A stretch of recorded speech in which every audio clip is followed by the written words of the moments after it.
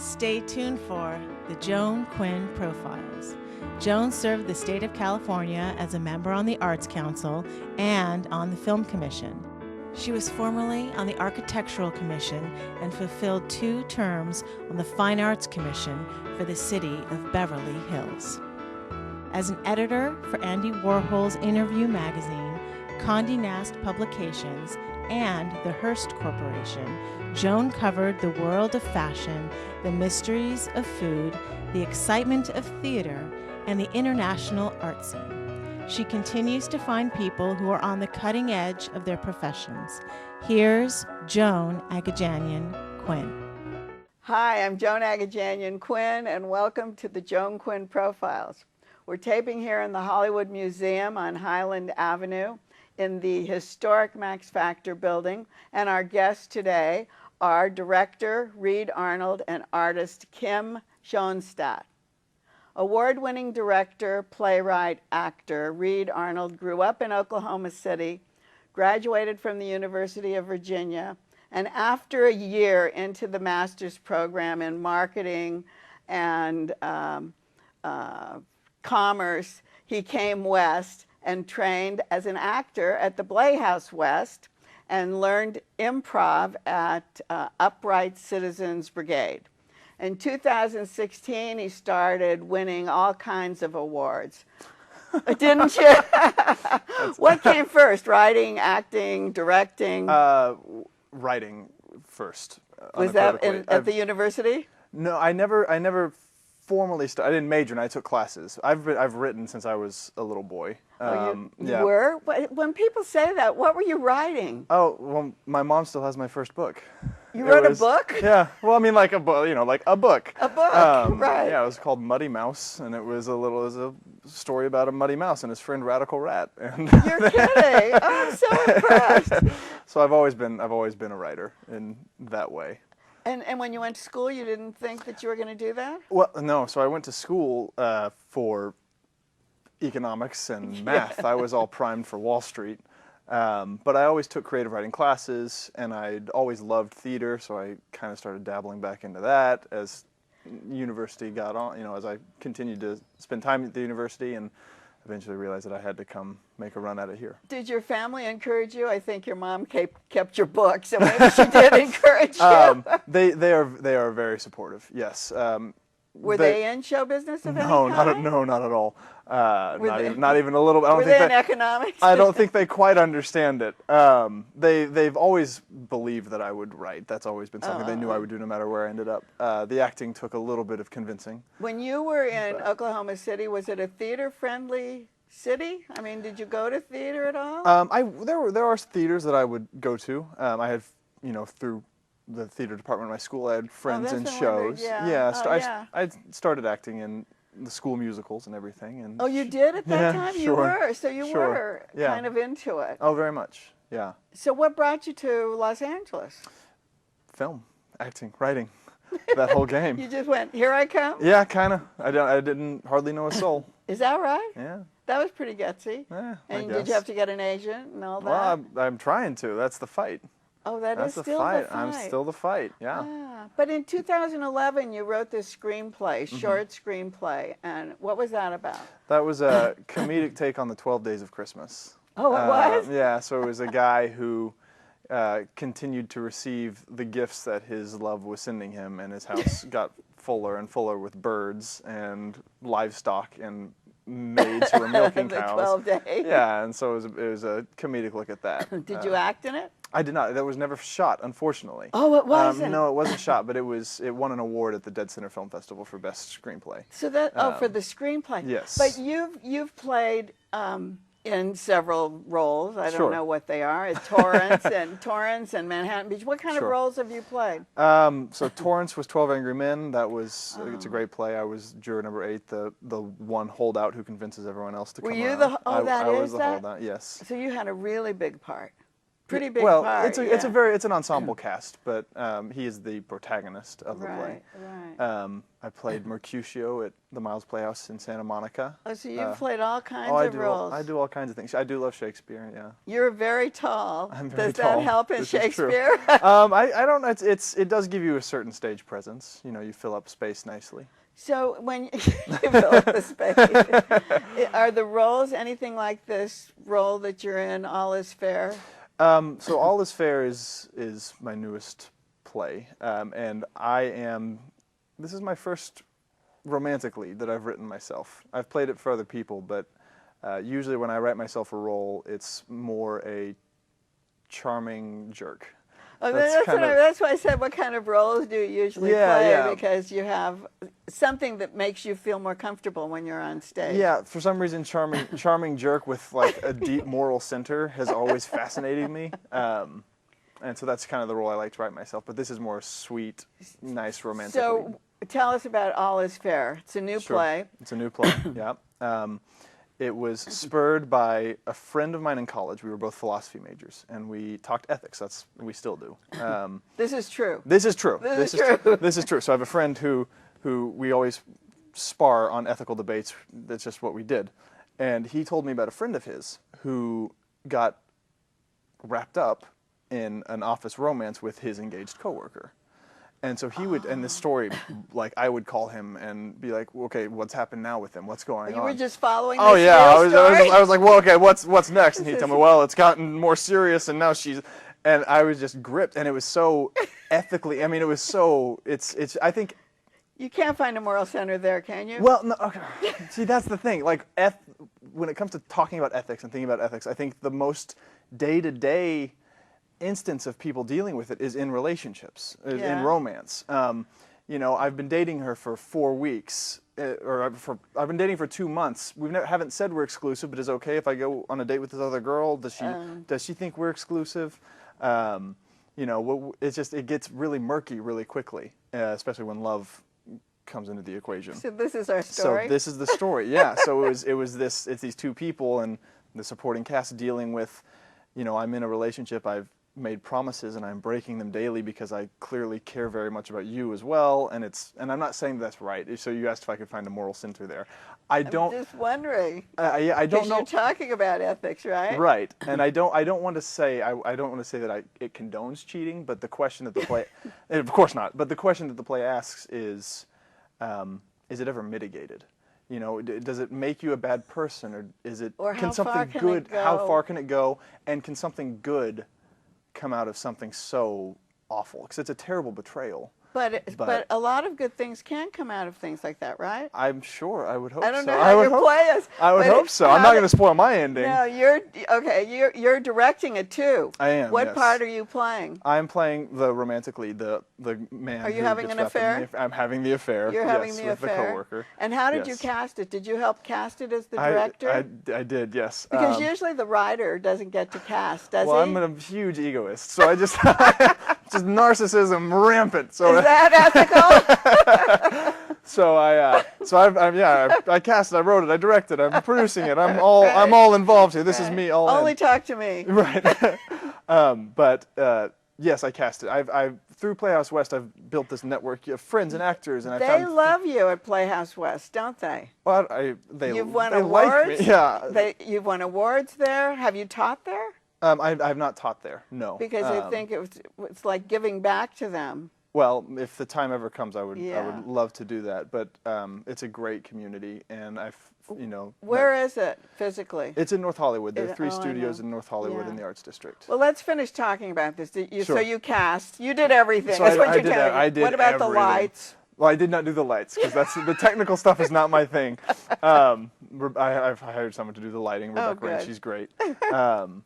But the casting, I had written the play, and I started thinking who could play the parts, who would fit it, and eventually just kind of, I was working on another play, who I met a friend through, and I realized he would be great for one part, and then I worked on another play, and I saw the girl, and I was like, she is Heather, like that's the girl I need for this play. So it was already written. It was already written. And then you knew and these. yeah, and the question, who do I guess I'll hold auditions to find actors, or do I know anyone who can fill the part? And, kind of, but kind of just working through other projects, I started to see, yes, you move. And where's the theater? It's on Santa Monica Boulevard, 6476. What's I it think. called? The Complex. Oh, it's in the complex. It's in the complex. Yeah, it's a great little theater Which is great. community. I'm so glad that those theaters are still thriving, because Right. some of them have closed. Right. The And Elephant Theater a few years ago. Yeah, which that was was tragic. too bad. Yeah. Because it's such a nice area Sure. to have theater all located. It's a small stage, probably. It's a small Is stage. it 99 or 49? It's 49. 49. Yeah, 49 seat theater, little nice intimate space. And you play on the weekends only, or? Friday to Sunday, Thursday to Sunday, Thursday to Sunday. Oh, you do? Yeah, so 3 weeks, 11 shows. And do you need someone to come in and check on you? Do you have like an assistant director? So when it comes to keep it like going? when it comes to directing, it's I mean I am the director, but I love the collaborative nature of theater, especially with an original work like this. And so I have my castmates will watch us and they'll say, hey, this part, do this, try this. They do? Oh, it's great. And I'll bring in some friends here to give me some outside advice. I don't want to be totally egotistical about the whole thing. Okay, so what are you writing now? Are you concentrating on theater or film or TV? Yes. Yes, what? All of the above? I have a sitcom that I'm writing. Hopefully, it's early phases. The same thing? I'm sorry? Can you make a sitcom out of this play? Probably not this play, no, I don't think so. This play's pretty self-contained, but it's a different premise. I have a screenplay I'm writing for a producer that I interned for at Warner Brothers, and I just started another play. I really shouldn't do it because I can't handle 3 projects, but I just started another play. You mean writing another play? Yes, yeah. It's in its early phases, and they say never talk about it when it's in its early phases because it might not go anywhere. I will. We won't talk about it. It's about a scandal that happened at UVA a few years ago. Oh, so you have meat. I have meat. Yes, it'll be the biggest challenge I've ever taken as a writer. Yeah, that's the thing I was going to ask you. Do you write about just what you know about? Because this thing the play that you wrote, All Is Fair, was something that you knew about, that you were talking about daily. Sure. Well, they always say write what you know, for sure. That's what they say. Yeah, that is the expression. I would say I write what I think about, and it's a learning process and an exercise in meditation and value questioning. When I heard the story about this affair, I thought like it was ethical. I wrestled with it. I thought, I said, well, what would I do in that situation? How would I handle? That's tough. What you do, right? You ask yourself questions and you write them down. Right. Well, I asked you a lot of questions today. Yeah. And you answered them all. No plays. That's okay. Deal. Thanks, Reed. Thank you, Joan. Thank you. Don't go away. We'll be right back with artist Kim Schoenstadt.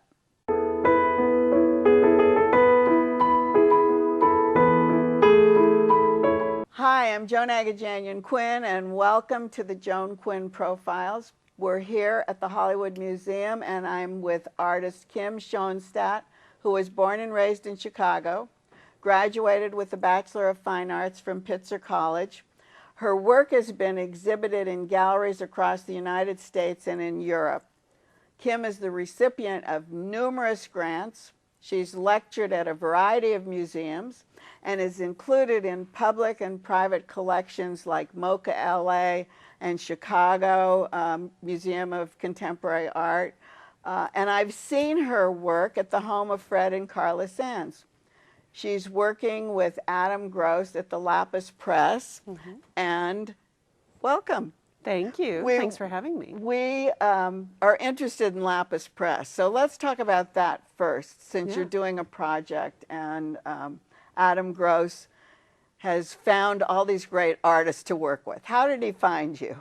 Well, I worked with Adam when he was doing Art Platform Los Angeles, which was a big art fair. Right. And he found me and he said, I hear you do big things that are cool to look at. Big things. Yeah. And I said, yeah, like, okay, yeah, I can do that. I do that.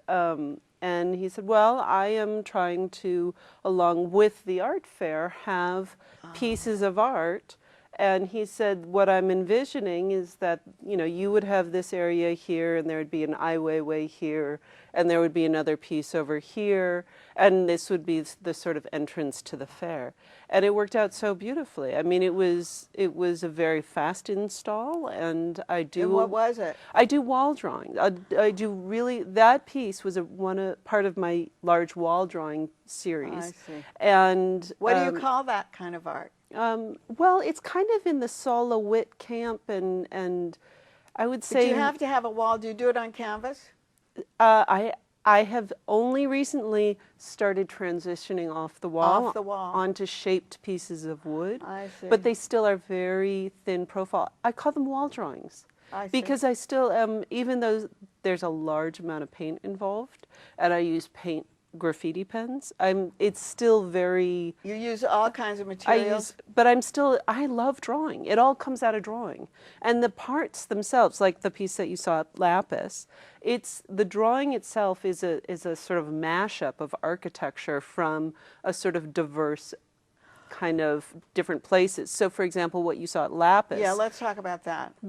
I'm really excited about that piece because it comes out of, I'm doing one of the metro stations, and my station is in Inglewood. And, you know, being a sort of a transplant to LA from Chicago, I still don't know the city. And so I was studying Inglewood, and I realized that Inglewood is amazing. I mean, it's so beautiful and untouched, and the architecture there still exists. I love right? Inglewood. It's an old city, right? It's an like old an city. old-time It has city. an old-timey downtown where you park diagonal. Yes. Like it has a bookstore. I mean, it's like, And it's diverse. oh, it's beautiful. It's beautiful. very diverse. Yeah, all my multicultural. artist friends have studios down there, and so much so that one person said, I wanted you to have this station because that's going to be my stop for my studio, and I need something decent to look at. Oh, isn't that great? An artist who has a studio there wants to see yeah. So what are you putting in that station? Well, it's a mashup of all of the Inglewood architecture. But so is it on the walls? Yeah, these are going to be baked enamel panels, basically. Oh, So great. and I saw a sample. They're going to be so gorgeous. I'm really excited. Who does something like that for you? I have no idea. Oh, But this is the beauty of the Metro. and when does it have to be done? It's done. Oh, it's done. And Oh, Metro they took is it and did different. it. I So see. public art can work in a couple different ways. Mm-hmm. Sometimes public art is basically, here, we're going to give you money and you go figure everything out and you're responsible for everything. Right, with that amount of money. Which is super challenging. Right. Because then you know, as an artist, you're always on the learning curve. You're always learning what you need to know in order to accomplish the project. And so those projects to me are a little less interesting because I care about architecture a lot. I really don't care about a lot of the sort of the ins and outs of fabrication. So, So whoever Metro, did that panel. right, so Metro's brilliant because they basically said, we're going to pay you for what you're good at. You're good at making art. Here's your stipend. You go make your art. You give us the file. We'll figure everything else out. Oh, is that right? They did it all the Metro So they're like, stations? okay, we figured out these vendors, come and preview some panels. So they make it easy for the artist to be just let us do what we're good at. What street is it on La Brea? No, The stop? yeah, it's oh my gosh, I'm totally spacing. It is Florence and West. Oh, West And- Boulevard in Florence? Really? Yeah, but they renamed it something else. Oh, they did. It's Well, that's what I something- remember, Florence and West Boulevard, because I knew that area forever because Yes. I'm a native, so I know Yes, that. that's my station. Oh, but you're talking about wall art, and we were talking about Lapis, and So- you took a picture of architecture. Right. So with the Lapis Press project, Adam came, we had a studio visit a while back. He liked what I was working on. He said, let's do a print. And we were working on a print, and to me it was stalled. I hit that wall of like, I can't get over this wall. We got to scrap it.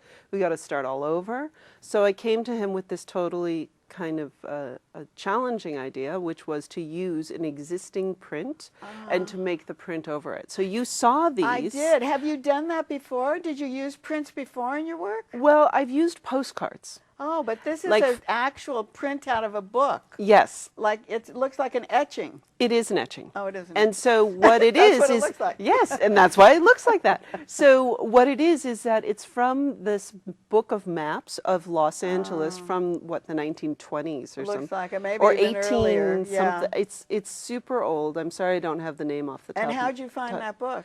Well, somebody at Lapis Press. I'm totally, of course, forgetting her name. She's super duper too. And she is an antiquities prints dealer Oh on the my side. gosh, She's is that and now right? she works at Lapis. And so this all fell into place. it all kind of, it was Berchert.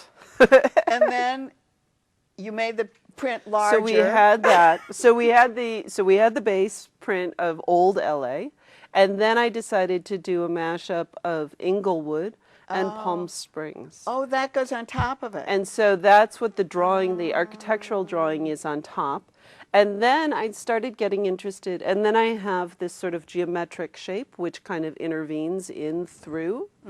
And then just to make it more complicated, on top of that are I don't know if you remember these thin orange lines outlining the entire right, drawing. right. And what that is from is that in Malibu, in order to build anything, you have to put up what are called story poles. And story poles are giant poles that outline the shape of the building that is being proposed. And so you did that on your piece of I did that on my piece. on your work. Exactly. That's very interesting. So did you work within those orange lines? Oh, Yeah, you I did. basically So you traced, I used like orange tape and traced the whole thing, and Oh, it's so you really did. awkward and not, Right. And polished. so but- your piece turns out to be layers, right? Yes. So I actually felt really guilty about intervening directly onto the print. I don't know. I know. I know. And so I had this idea that we could maybe do like an exploded drawing, right? We could have right. the base print and then put a piece of plexiglass and then suspend the drawing and then the plexiglass and then To make suspend. layers, right. So what you're going to end up with is like this sandwich of concepts and ideas and histories, and it makes sense because LA is very much like this. So the etching is one color, black and white, so to Yeah. speak, kind of old color, kind of yellowed because of its Yeah, antique. yes, exactly. The paper yellow, itself right, it's has yellow. aged. But you had to choose colors too to put on it Yeah. because there's different colors. The orange dictated. The orange. The lines were orange is dictated. the story pole tape. Okay, let's go back. You love to draw. You went to Pitzer. You I came went to from Pitzer. Chicago. Yes. There's so many art schools in Chicago, especially. Yeah, but I didn't want to go. I got a scholarship to the Art Institute. I was going to say In high that's like school. your big. That's our place. thing, right? So I got a scholarship to the Art Institute of Chicago in high school, and I went there for a couple classes on this scholarship. And this was the 80s, and I realized that I knew I was going to be an artist, but I also knew that there was more to life and more to being an artist than just whatever was happening at that point Drawing. at the Art Institute. What were you doing? Well, it was, you know what it was? It wasn't the skills. It was the people. At that time, it wasn't the skill, was it? It was the dialogue. It was Right. who could be too cool. Right. It wasn't about talking about the ideas. It was talking the art speak at that Right. point. And that was a big turnoff because I thought, you know what, I think in order to be an artist, I need to be educated about life and about things and about larger concepts.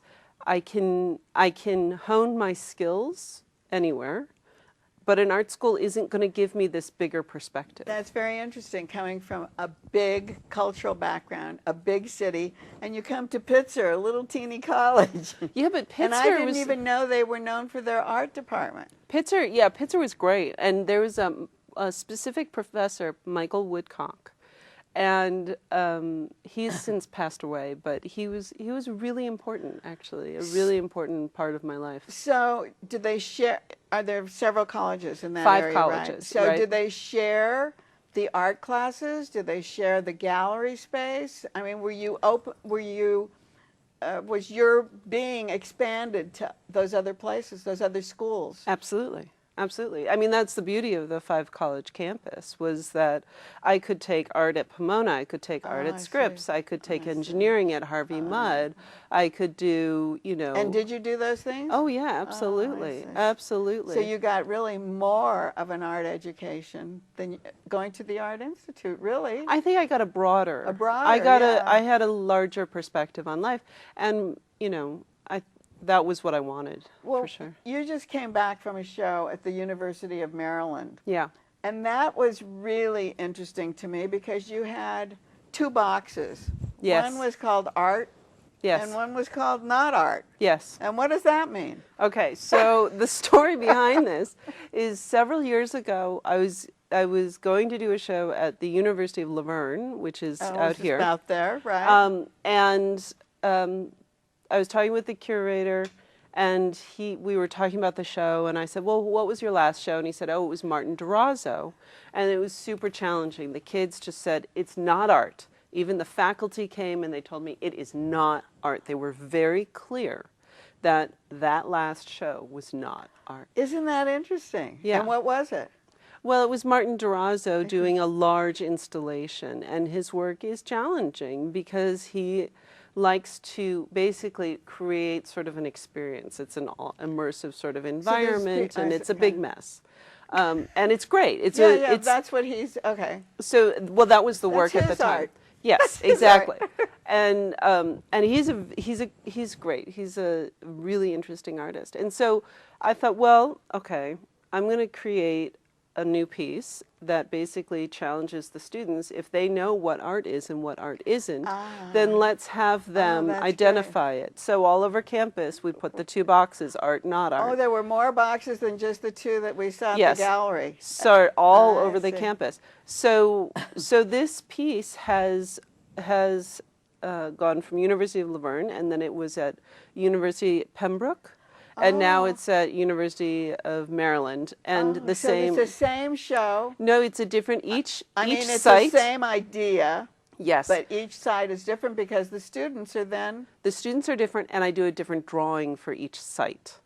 Well, So what is the drawing informed from? Well, this drawing is informed on what I was currently thinking about, which is that Inglewood Palm Springs mashup. So the Inglewood and Palm Springs too. In Maryland? Yeah. Yeah, that's pretty interesting. So it's pretty great. So they, you know, and it's interesting because I always show my source material, and people were really having a hard time guessing which one was Inglewood and which one was Palm Springs. Really? Yeah. Did they actually look alike, or is it because they No, were they physically living look in the alike. East Coast and they didn't know? No, they physically look alike. Well, that's very interesting. So how long did you stay there? I was there. I was there for a week. I had gone for a few days.